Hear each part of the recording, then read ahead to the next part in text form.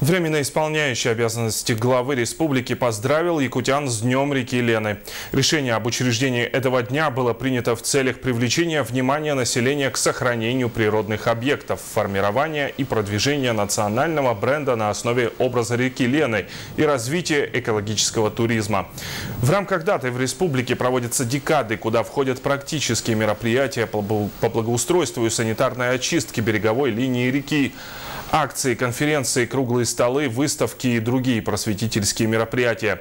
В своей поздравительной речи Егор Борисов обратился ко всем жителям республики, цитирую: «Уважаемые якутяне, вопросы соблюдения баланса между сохранением природы и развитием экономики как никогда актуальны и требуют консолидации усилий власти, бизнеса и всех жителей республики.